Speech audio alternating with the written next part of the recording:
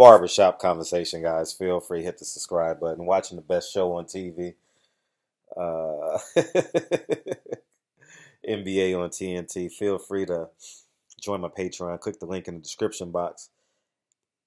So I want to make this like a public service announcement to all my kings out there. And I'm going to make this directly to Earl Spence, Terrence Crawford, Anthony Joshua, and Deontay Wilder.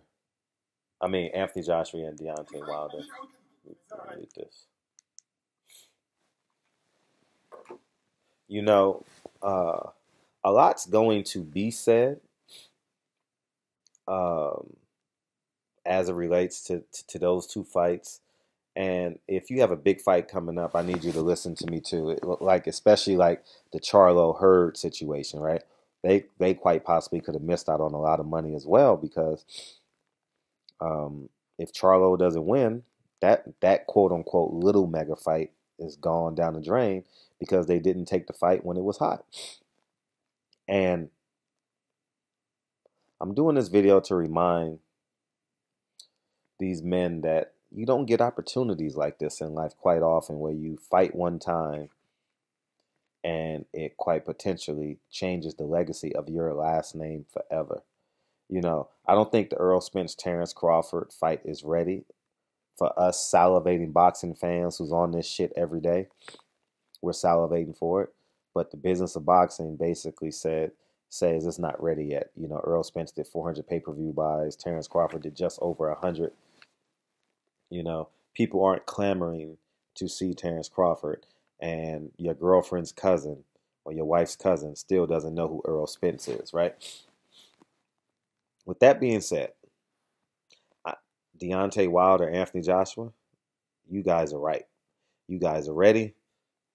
And those two fights bring you guys minimum $100 million a piece. Right? Especially with the rematch. I'm including the rematch because it's definitely going to be a rematch, no matter what it looks like. And I don't want these men to miss their opportunity. I know I've done this video before, but I think I just need to succinct it so I can give you guys something to share and share with your friends and family. Because although I'm talking about them, I'm talking to you, I'm talking to me, I'm talking to the up and coming fighters as well. You're not going to get these opportunities as often as you think. And I only know to tell this through my life experiences. It took me 40 years, 37 years, 38, 39 years to get a break. And my break was they turned the city of Inglewood into basically a downtown metropolis. You know, we got the Clippers coming, we got 2 NFL teams coming. It's going to be some condos. It's going to be all that in the hood of Inglewood, basically, you know. And because of that, I've been blessed astronomically, you know, in terms of my property value, you know. And because of that opportunity, it's basically going to enhance. I'm still going to be conservative Fred, but my kids and my grandkids will benefit from this greatly. You know, the property in my house has doubled, more than doubled. Give you guys real numbers. I bought my house for mid 6 figures, and now it's well above 7 figures. You know, and it's because I took the chance and I did what was right. I did the right things, right?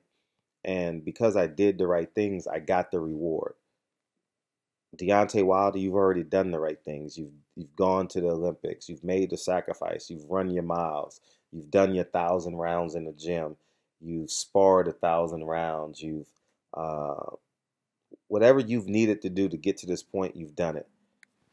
Anthony Joshua, you've gone to the Olympics. You've done your sparring. You've done your road work. You've done your agility training. You've done your swimming. You've done everything to get to this point. And if one of you guys get clipped, it's because of ego. It's because of pride. And it's cumulative from team, not just from one person. and sometimes it shifts. Like sometimes people may say Deontay Wilder was selfless in the beginning of this negotiations, and Team Joshua was prideful, and now Deontay Wilder is saying 50-50, which I agree with. I just don't want them to miss out on this opportunity. And Deontay Wilder and Anthony Joshua have a chance to do something that is priceless. I live in the Crenshaw district, and if you know the Crenshaw district, it's being remodeled, it's being refaced. They call it gentrification, you know. And gentrification don't mean the Koreans and the white people are moving in. It means people with money value the neighborhood and they want to reinvest in the neighborhood. It can be black people. Now, I'm not in position to take on a large project. I'm not financially well off enough where I can allocate 20, 30, 40 million dollars and build this condominium, this 100 unit apartment complex, right? I don't have that. But the Swartzes and the McCormicks and Schweitzers and Greenleafs and whatever the case may be. The point I'm making is it's not us. When you see that big banner of the construction company and that's and a developer, when you see the developer, um, it's not an atypical black or Latino last name, right? And because I'm talking to black men, I'll just keep it on black. Um, Deontay Wilder and Anthony Joshua in 50 to 100 years off of the interest and just conservative investing. I'm not talking about like you taking a chance and getting $100 million reward. I'm just saying you just being conservatively. 1% of $100 million a year is $1 million. You know, and if you have that in your bank account, that's what you're going to bring in annually just off of interest. And that's just a round number for you guys can get realization about it. $50 million is $500,000 a year. And Deontay Wilder lives in Alabama. I don't know I don't know what the taxes are there, but I know the property value is not comparable to LA market. And I know Deontay, and he's making LA and New York money. I'm talking about wages. And imagine if Deontay Wilder took that LA and California and Las Vegas money that he's making and took that down to Alabama, took that down to Mississippi. You know, Imagine the changes he quite possibly could make, and create a legacy. He can buy damn near a half a city. That's a hyperbole, but you get my point. And the same thing could be said about Anthony Joshua. I don't know where he's from, but based off of that Breakfast Club interview, he's he grew up in the inner city. And spiritually, we organically want to go back to where we started and help out the people so we can create another Anthony Joshua, Deontay Wilder, Tyson. What's Tyson again? Terrence Crawford, I was trying to say, and an Earl Spence. And I don't want these guys to miss the boat. Do what you got to do to get that check cash. You've already put in the work. Deontay Wilder, you've sacrificed driving Budweiser trucks with kegs on your back just to provide for your daughter. Now you have more children. Congratulations. I believe your child just turned 1 a few months back. And you got a chance, man. Y'all got a chance to do something special. And that's why I think it's incredibly important that Anthony Joshua shows up to your fight Friday. He's going to be training in Miami now. Miami is an easy flight from New York. And he flies private too. Oh my God, it's so easy. He just get up. I mean, it's so easy to go from Miami to New York. It takes no time, right? And because of that, I think y'all need to have a conversation similar to what Manny Pacquiao and Floyd Mayweather did. I genuinely believe that if you love your legacy, and I'm talking to all 4 of those kings, I'm talking to the 4 horsemen right now. If you love your legacy, if you love your last name, you make this fight happen. I know the business of boxing. I know hate you, hate me. I'm going to say my piece. People are going to say their piece. You're going to say your piece. She's going to say her piece. I'm going to disagree. I'm going to say Eddie Hearn's an asshole. I'm going to say he's a liar. All the above may be true. But if that check don't get cashed by both Anthony Joshua and Deontay Wilder, Terrence Crawford, Errol Spence, Marvin Hagler in his silent moments probably regret retiring from boxing because he probably had anywhere from a $5 to $10 million guaranteed payday to fight anyone. He was the best fighter in the world at the time, and quite possibly he was robbed. Who cares now? Not who cares, but it's still his legacy. But he retired, and he doesn't go to fights. He doesn't, you know what I mean? It had an impression on him, you know. And maybe it was his ego, maybe it was his pride, maybe I don't know what it was, but he wasn't able to get those extra few checks that quite possibly could have changed his life. And I don't want you guys to wake up when you're 45 and say, God damn, 2019, after I fought Dominic Brazil, I should have fought Anthony Joshua.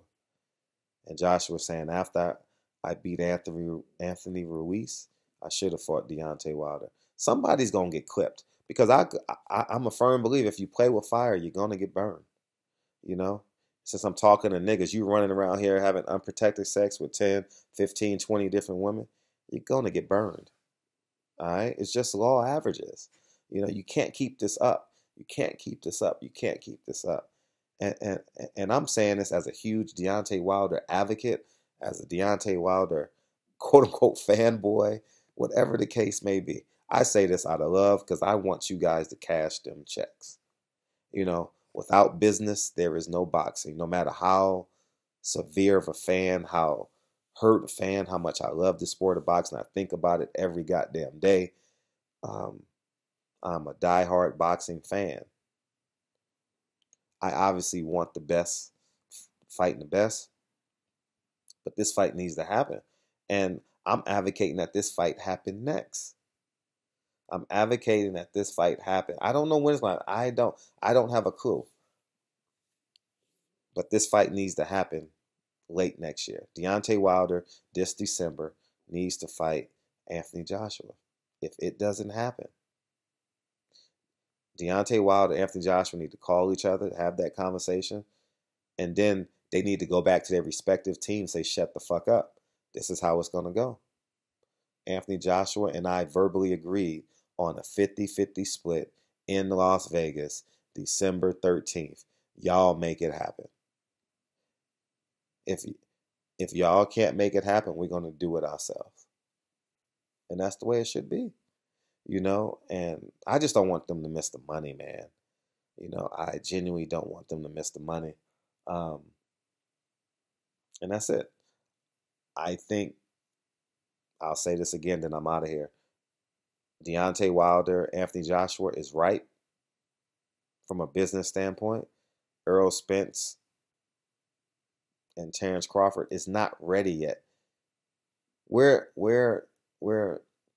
diehard fans, so we know that's the next best fight in the welterweight division. But your auntie doesn't know yet. Your auntie doesn't know who Terrence Crawford is. You understand what I'm saying? The backup quarterback for so-and-so don't know who Errol Spence is. You know what I mean? The head coach of South Dakota State don't know who Terrence Crawford is. So that's the point I'm trying to make. There's not a million people right now that you can count on to buy that fight. There is a million people we can count on to buy the Deontay Wilder, Anthony Joshua fight. That's all I'm saying. So John Skipper, get your head out your ass. Don't be selfless. Steven Espinoza, get this fight done. Let's start listening. Offer Eddie Hearn an olive branch, some tea leaves. You understand what I'm saying? Because this fight has to happen. Showtime is still spending Manny Pacquiao, Floyd Mayweather money. That matter of fact, that contract that they offered PBC might be Conor McGregor and Manny Pacquiao money versus Floyd Mayweather. Just being real with you. So anyways, man, barbershop conversation. My point is made. This is my PSA. Hopefully my young fighters understand this too, because in 5 years, there's going to be another group of fighters contemplating the same thing. Maybe Teofimo Lopez versus Devin Haney. It may be Devin Haney versus Balderas.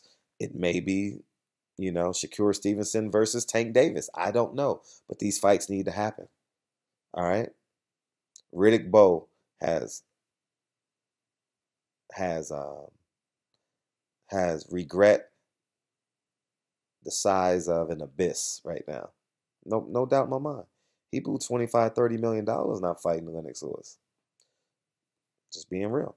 Barbershop conversations. Marvin Hagler and Riddick Bowe, honestly, there's a level of regret and remorse as it relates to them. They may never admit it, but there is a level of remorse on their end. So, barbershop conversations, man. Feel free to hit the subscribe button. Talk to you guys soon. Peace.